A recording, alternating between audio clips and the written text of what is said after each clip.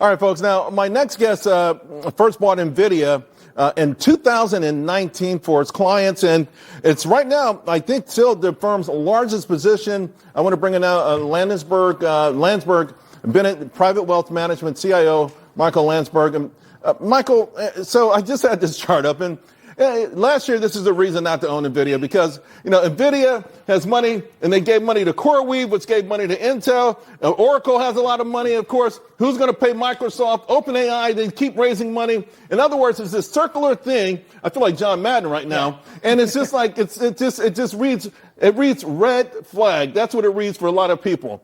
Why do you still own the stock? And part of it is the red flag may be around that because I think there's concerns about OpenAI. Where's the money going to come from? Right. I really like it Nvidia to the 1849 gold rush, and they're selling picks and shovels. Didn't really matter who found gold in California. The guys and the girls selling picks and shovels made a lot of money. But is the picks and shovel phase over? Because once everyone bought a pick and everyone bought a shovel, that was it, right? It feels like they've moved on to, hey, we found some gold. Now we need to know where to store it. I'm not sure if they've been able to sell all the picks and shovels. Every time you see a hyperscaler say, I'd buy more, I'd buy more. So I think we're still in that environment. I think the hardest thing is going to be, like Angelo talked about, who's going to be able to execute? Right. I'm not worried about NVIDIA's execution. They have more demand than they have supply. The other folks have to figure out, are we going to be put out of business because AI is going to be smarter than our employees? So since 2019, you've owned it, the stock has done well, and it's had these periods, right, where it's been tested, and it's been tested. So here, I mean, it's really basing. It's not under a lot of pressure per se. But what gets it to break out, and when it does, do you have a target on the upside? We don't usually use targets. What ends up happening is our belief is this is going to work until it doesn't work. We do rebalance. So environments, for example, like 22 where it got hit, we're adding to it in 22, but we've been trimming the last couple of years. I think realistically, when we get more visibility around who's going to make money, because that's the biggest thing. The only people making money in this really are NVIDIA. The other companies are looking at, well, we're going to make money.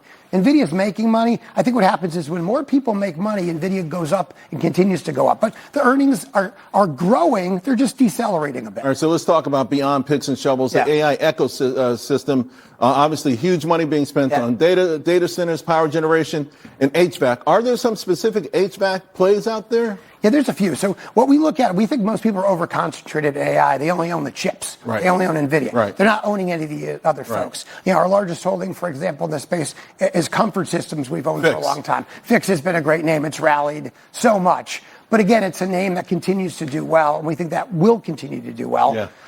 Power generation, obviously, there's a power problem.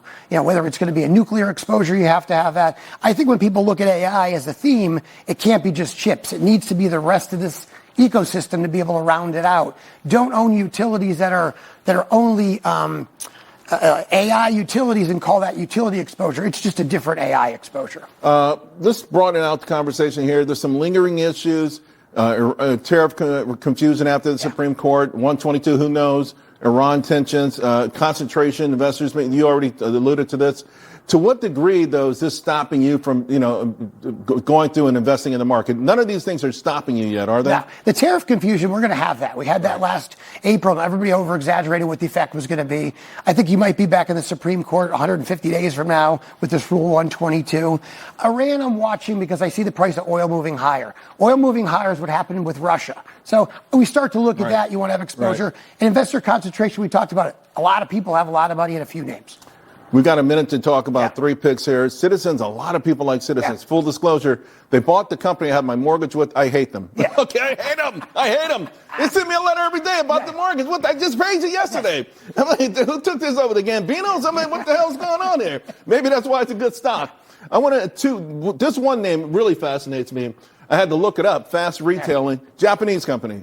Uniqlo. Yeah, my son hit me to that a few years ago. Think about it. Biggest tennis stars in the world, the GOATs. Djokovic used to be a Uniqlo, then it was Federer. They're growing rapidly, 30% growth all over the world. It's a business. We think Japan's a good spot to be investing. Most investors are U.S.-centric. They need to have some overseas stuff. This is a good retailer with growth and a lower price point. Right. By the way, radio listeners, FRCOY is the symbol there. 30 seconds on EQT. EQ2, the United States is the axe in natural gas. 17 years in a row, we produce more natural gas than anybody else in the world. This is one of the largest dry gas natural gas producers. We're the best place in the world to have natural gas. Most people think of energy just oil. they need to be looking at nat gas because that's going to be our cheaper way to be able to control where we are. And we do have so much more. Right. We don't have a lot of oil when we look at the rest of the world. We do have a lot of nat gas. Right, and nat gas has been acting great. Yeah. Good stuff. Good Appreciate you. All right, folks, coming up, Stephanie Roth here about the economy.